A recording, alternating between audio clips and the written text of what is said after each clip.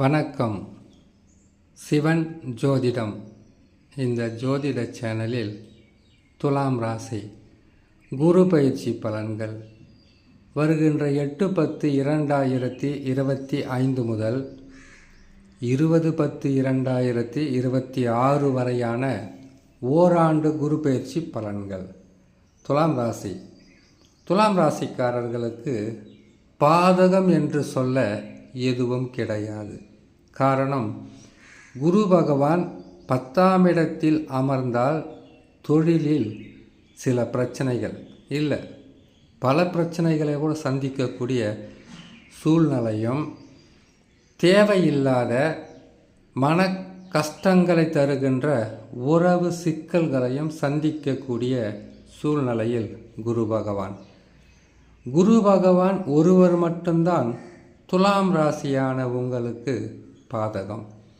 மற்ற ராஜ கிரகங்களில் மிகவும் வலிமையான கிரகம் என்று சொல்லக்கூடிய சனி பகவான் சாதகமான பலன்கள், பொருள் சேர்க்கை, சொத்து சேர்க்கை, வண்டி வாகனம் வாங்குதல், திடீர் தனலாபங்களை பெறுதல், எதிர்பாராத அதிர்ஷ்ட வாய்ப்புகளை அள்ளி கொடுக்கின்ற ஸ்தானத்தில் சனி பகவான்.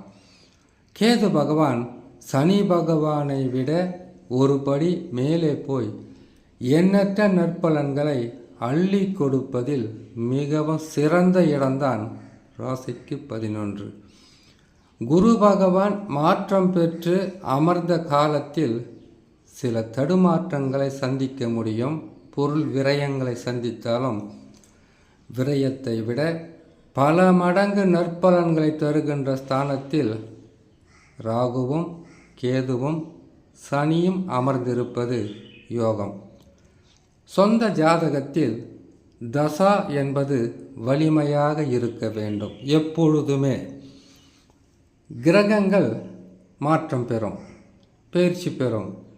கோச்சாரம் என்று சொல்லக்கூடிய கிரக பயிற்சி காலங்களில் எந்த கிரகங்கள் பயிற்சி பெற்று அமர்ந்தாலும் அவர்கள் தரக்கூடிய நற்பலன்களோ இல்லை கெடு பலன்களோ எதுவாக இருந்தாலும் செய்துவிட்டு நற்பலன்களை தர வேண்டுமா? கட்டாயம் தருவார்கள். கெடு பலன்களை தர வேண்டுமா? தராமல் இருக்க மாட்டார்கள். ஆனால் உங்களுடைய சொந்த ஜாதகத்தில் தசா நல்ல நிலையில் அமர்ந்துவிட்டால் மிகப்பெரிய ஒரு யோகத்தையும் நல்ல நேரங்களில் கிரகங்கள் நல்ல இடத்தில் அமரும் காலங்களில் கொடுத்துவிடும்.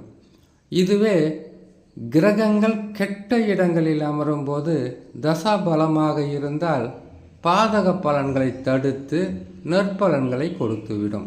இதுக்கு தான் தசாவை பாருங்கன்னு எப்பவுமே சொல்கிறது.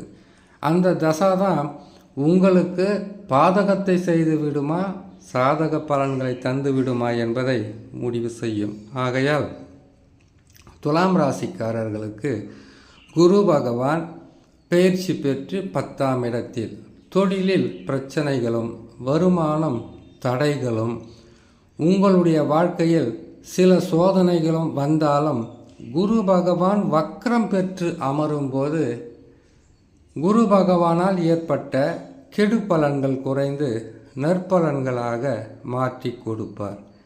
இதே குரு பகவான் வக்ர நிவர்த்தி பெற்று சில மாதங்கள் மட்டும் சிறு தடைகளையும் உடல் உபாதைகளையும் பொருளாதார வீழ்ச்சியும் வருமான குறைவும் தருவார். அதற்கு பிறகு குரு பகவான் பயிற்சி பெற்றுவிட்டால் மிகப்பெரிய ஒரு யோக ஜாதகமாகவே உங்களுடைய ராசி மாறிவிடும். நன்மைகளை என்பது அளவுக்கு அதிகமாக தருகின்ற கிரகமாக குரு பகவான் மாறிவிடுவார்.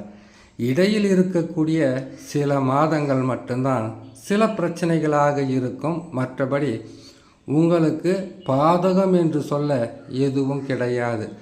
ஒருவேளை இந்த காலகட்டத்தில் கூட துலாம் ராசியான உங்களுக்கு கெடு பலன்களாக இருக்கிறது, நற்பலன்கள் நடக்கவில்லை என்றால் ஜாதகத்தில் அமர்ந்த கிரகங்கள் சரியில்லை என்பதை உணர்ந்தாலே போதும். அப்படி சரியில்லாமல் போனால் கூட குரு தட்சிணாமூர்த்தியை வணங்கி வருவதும், செவ்வாய்க்கிழமை தோறும் ராகு பகவானை வணங்கி வருவதும் உங்களுடைய வாழ்க்கையில் கஷ்டங்கள் விலகும், நஷ்டங்கள் விலகும், நற்பலன்கள் அதிகரிக்கும் என்று சொல்லி இன்னொரு நல்ல பதிவில் உங்களை நான் சந்திக்கிறேன். நன்றி, வணக்கம்.